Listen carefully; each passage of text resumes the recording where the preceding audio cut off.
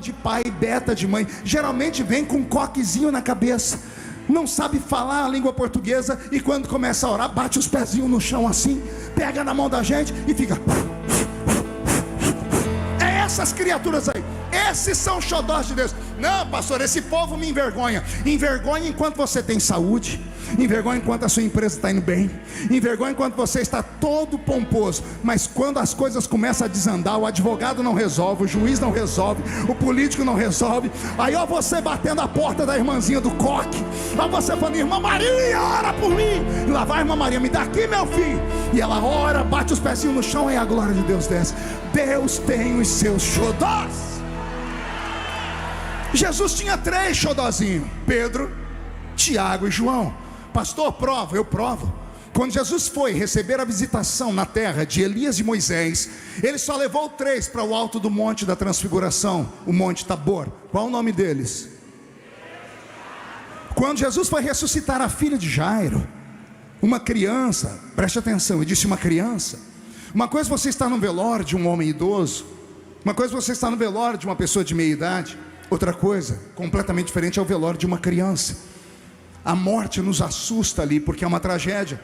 Jesus, percebendo isso, ele parou na porta do quarto da menina, pediu para entrar quem eram os interessados, o pai e a mãe, e lá vem os 12. Jesus disse: os 12 não, só o meu trio parada dura. Quem entrou? Pedro, Tiago e João. Eles ficaram lá. Por quê? Porque Jesus tinha uma confiança neles, porque eles, além de serem discípulos, eram íntimos, eram aqueles que perguntavam, eram aqueles curiosos, eram aqueles que hoje seriam chamados de fanáticos, desequilibrados, doidos, do reteté, do manto, do mistério, que as pessoas hoje fariam deles memes da internet, do TikTok, debochando da fé pentecostal. Eram isso, por isso eles eram assim.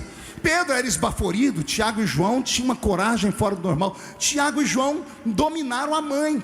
Olha só que eles dominaram a mãe deles, fizeram a janta numa casa e mandaram a mãe fazer a janta, falaram que Jesus gostava de comer.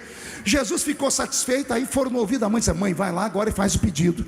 Ó, a cozinheira chegou: o senhor gostou da comida? Gostei, estava uma delícia. Posso fazer um pedido? Como é que você nega o pedido para a cozinheira? Qual é o pedido da senhora? Eu quero que quando entrar no seu reino, coloque um filho meu à esquerda e outro filho meu à direita. Jesus falou: calma, calma, o pedido é interessante, mas à esquerda fica os bodes. Eita, vou falar de novo. À esquerda fica os bodes e à direita fica as ovelhas. Fui eu que disse, não, foi Jesus que falou, está escrito lá na palavra. E aí depois disso Jesus falou: ó, o pedido é bom, mas não é desse jeito. Mas eu gostei, porque seus filhos são corajosos. Então Jesus tinha um trio que ele sempre revelava a eles. E agora, no momento mais doloroso dele, ele não chama os 12, ele deixa as 9 na entrada do jardim e chama 3 para estar perto dele. Qual é o nome dos 3, igreja? Bem alto. Aí Jesus faz uma confabulação. Imagina ele abraçando os 3, dizendo assim: não se assustem, mas hoje eu preciso que vocês orem por mim. Não mexe com seu coração.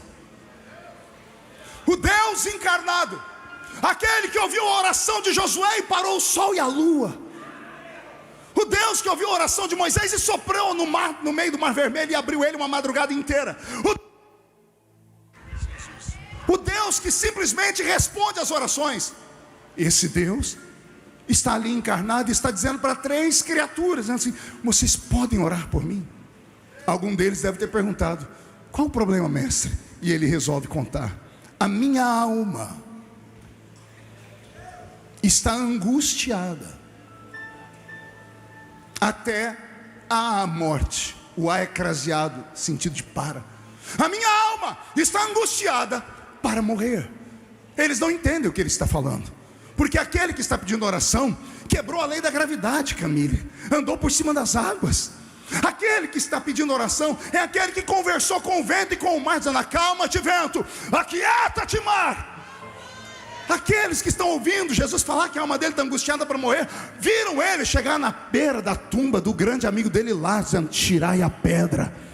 E ouviram ele falar com o morto de 4 dias morto: Lázaro, sai para fora. E viram o morto vivo saindo. Eles estão ouvindo ele falar que ele está angustiado para morrer. Eles não estão entendendo. E aí sabe o que eles fazem? Eles dobram o joelho para orar. E aí começa o problema. Pergunte qual? Eles não sabem orar. Eles pediram para Jesus ensinar. E o dia que eles pediram: o Senhor só pode nos ensinar uma oração? Ele disse: vocês não precisam porque eu estou aqui, mas querem aprender a orar? Eu vou ensinar para vocês uma oração. Pai nosso, que estás no céu, santificado seja o seu nome. Venha a nós o seu reino. Seja feita a sua vontade, assim na terra como no céu. O pão nosso de cada dia nos dai hoje. Perdoai as nossas ofensas, assim como nós perdoamos a quem nos tem ofendido. E não nos deixes cair em tentação, mas livrai-nos do mal, porque teu é o reino, o poder e a glória para sempre.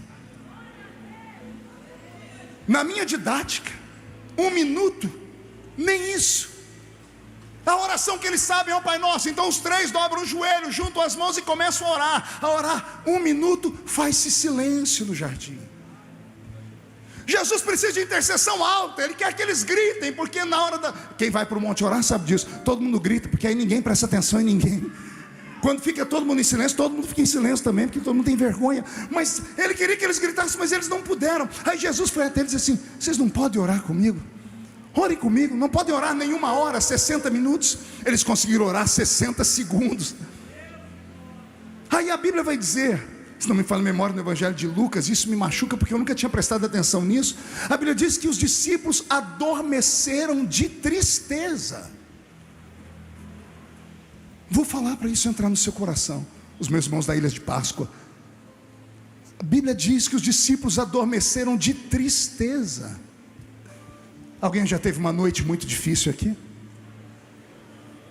Você que não levantou a mão, eu oro para você nunca ter. Uma noite daquelas que tudo dói. Quando o seu nome vai para a lata do lixo, quando você é perseguido, quando o seu castelo se desmonta, quando o seu filho adoece, padece, fica de uma forma que ele nunca mais vai andar, ou quando ele morre, quando você perde uma pessoa querida,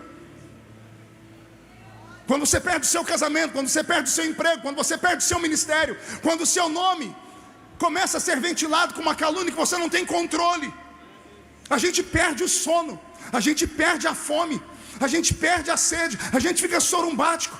Hoje a ciência coloca um nome nisso: depressão profunda. O que é depressão profunda? Angústia profunda, angústia na alma, angústia no espírito. Não tem remédio que vai na alma e no espírito criado pela mão do homem. Não, pastor, eu vou lá, o médico, o psiquiatra deu Rivotril, Lexotan. Sim, são venenos, que eu costumo dizer, né? A diferença entre a dose, entre o remédio e o veneno está na dosagem. Por isso que a gente tem que tomar de pouquinho. Aquilo mexe com a sua adrenalina, com a sua endorfina e te põe de pé. Mas quando passa o efeito do remédio, você tem que tomar de novo, senão você cai em depressão de novo. Por quê? Porque não tem cura. Eu disse que não tem cura criada pelo homem, mas há uma cura estabelecida na palavra. A Bíblia diz: porque a palavra de Deus é viva e eficaz, é como uma espada aguda de 2 fios, que vai na divisão da alma e do espírito. A medicina pode amenizar, mas a palavra de Deus pode curar a depressão, pode curar a síndrome do pânico. E pessoas assim acabam adormecendo de tristeza. A pessoa não dorme, ela desmaia. E quando acorda, já acorda pensando no problema. Os discípulos adormeceram de tristeza, porque não conseguiram ajudar aquele que mudou a vida deles, aquele que deu tudo para eles, aquele que deu um norte para eles, aquele que pegou um Pedro que afundava nas águas, depois deu para ele a chave da igreja, aquele que pegou um João, um pescador comum, e disse: você se tornará meu melhor amigo. Ele deu tudo para eles, e agora ele pede para eles orar com eles. Eles não dão conta, porque eles não conseguem entender o que é que está acontecendo. De repente Jesus se levanta, vai até eles, percebe que eles estão em silêncio, dormindo. Então ele volta para o jardim. Ele entra dentro do jardim e começa ali uma angústia profunda. A angústia que ele está sentindo é tão profunda, que eu imagino o jardim em silêncio. Muitas vezes eu preguei dizendo que dentro do jardim, Deus e o diabo fizeram um pacto. Deus não iria ajudá-lo e o diabo não iria atormentá-lo. Mas como o diabo não cumpre promessa. O diabo atormentou Jesus lá no jardim, ao ponto de Jesus se desesperar. Ele se desesperou tanto que o médico Lucas, e é o único que conta essa história, diz que Jesus suou gotas de sangue. A ciência chama isso de hematitrose. É assim, Camille? Hematitrose. Aí está a minha médica. Então, é isso. Jesus começou a suar gotas de sangue. Eu parei um tempo para estudar como é que uma pessoa pode suar gota de sangue, porque eu nunca vi ninguém suar. A ciência diz que é possível, é raro, mas é possível. Sabe o que acontece? Acontece quando a pessoa está com uma pressão moral interna, quando ela está sendo cobrada demais, ou quando ela está com um medo extremamente profundo, ou quando ela está dentro de um buraco que ela não consegue ver a saída. O corpo todo acelera, desestabiliza, e aí as pessoas geralmente têm um infarto do miocárdio. A pressão é tão grande que ela tem um infarto no miocárdio. O coração começa a bombear sangue para todo o corpo, e a pessoa daqui a pouco não consegue, o coração, bum, explode, ou quase isso. Era para Jesus ter tido ali o infarto no miocárdio, mas ele não podia. Pergunte por quê? Toda criatura que tem um infarto no miocárdio, o sangue coagula nas veias. Ao coagular, ele deixa de estar no estado líquido e não pode ser derramado. E a Bíblia diz: sem derramamento de sangue não há perdão de pecados. Você não entendeu, né? Para isso eu estou aqui para te ensinar. Se Jesus tivesse tido um infarto no miocárdio, o coração dele explodido, pronto, ele morreu. É morte fulminante. Não teria sofrido, não teria dores, teria morrido, mas não teria sofrido. Mas nós não teríamos o sangue derramado. Jesus estava proibido de ter um infarto no miocárdio. Como o infarto no miocárdio não funcionou, as veias começam a pulsar o sangue, porque ele está com a adrenalina mil, ele está apavorado, ele está angustiado, o corpo começa a transpirar, os poros se abrem, o sangue vai para as diminutas veias aqui da cabeça, e era para Jesus ter tido um derrame cerebral.